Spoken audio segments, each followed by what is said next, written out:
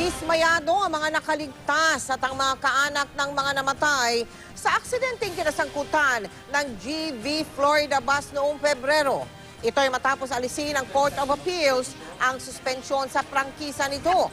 Ayon sa mga biktima, hindi dapat tanggalin ang suspensyon lalo na't wala pa silang nakikitang pagbabago sa sistema sa kumpanya ng bus.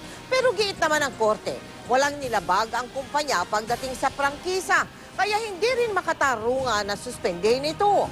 Umaasa mga kaanak ng mga nasawi na iaapila ng LTFRB ang desisyong ito ng korte.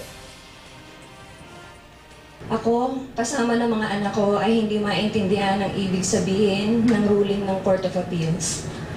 Sa kinahantungang pagkamatay ng aming sitado at ang kanyang mga kasamang biktima sa napakalagim na pangyayari sa Mountain Province. Hindi po namin alam kung kanino nahihingi ng